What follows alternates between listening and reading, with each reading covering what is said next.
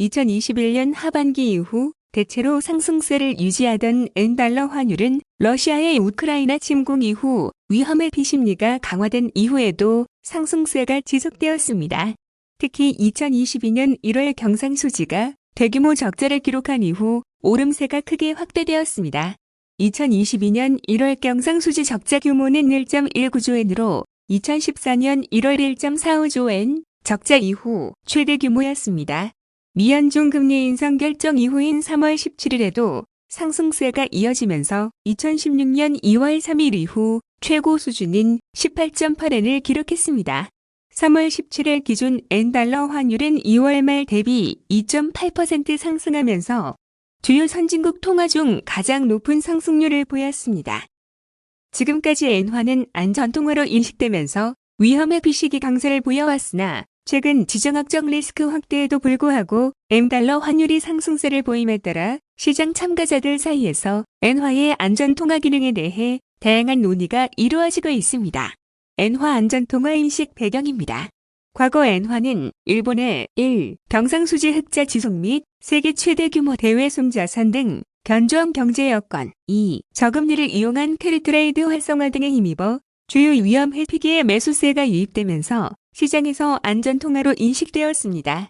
일본의 경상수지가 장기간 흑자를 유지한 데다 세계 최대 규모의 대외순 자산을 보유하고 있어 시장 불안 심화 시 일본이 대외 투자 자산이 본국으로 송금되면서 엔화 강세 요인으로 작용했습니다. 또한 위험 산옥이 일본의 상대적 저금리를 이용하여 활성화되었던 엔캐리트레이드가 경기 침체기에는 글로벌 금리 하락과 함께 청산되면서 엔화 강세 요인으로 작용했습니다. 최근 엔달러 환율 동향에 대한 시장 평가입니다. 최근 시장의 위험 회피 경향 심화는 미연준 통화정책 기조 변화로 금리가 상승하는 상황에서 지정학적 리스크 심화 및 이에 따른 원자재 가격급 등에 주로 기인하였으며 이는 엔화가 과거 안전통화로서 기능할 수 있었던 주요 요인 경상수지 흑자, 엔캐리트레이드 청산을 약화시키는 방향으로 작용했습니다. 과거 엔화가 안전통화로서 기능하였던 사례, 글로벌 금융위기, 동일본 대지진, 코로나19 확산 초기에는 미국 국채금 하락과 더불어 엔달러 환율이 하락하였으나 미연준 통화정책 기조 변화로 2021년 하반기 이후 미국 국채 금리가 상승세를 지속하고 있으며 달러 인덱스도 상승했습니다. 미국과 일본의 통화정책 비동 조화로 인한 미일 간 내외 금리차 확대에 따른 엔화 약세 압력이 엔화의 안정통화 기능보다 우선적으로 작용하고 있습니다. 러시아의 우크라이나 침공 등 지정학적 리스크 확대는 석유, 밀 등 원자재 가격 추가 상승을 유발하여 일본의 경상수지에 부정적 영향을 초래했습니다. 일본의 무역수지는 원자재 가격 상승 등으로 2021년 8월 적자로 전환된 이후 2022년 2월까지 7개월 연속 적자를 기록하였으며 경상수지도 2021년 12월부터 적자로 전환했습니다.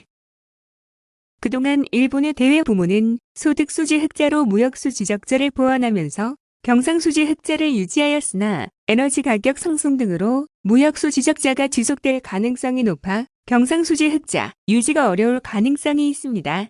일부에서는 해외제 회사의 배당, 유가증권 수익 등으로 구성된 소득수지의 경우 일본으로 유입되지 않고 재투자되는 비율이 높아 흑자를 기록하더라도 엔화 가치 상승으로 이어지기 어려워졌다는 의견을 제시하고 있습니다.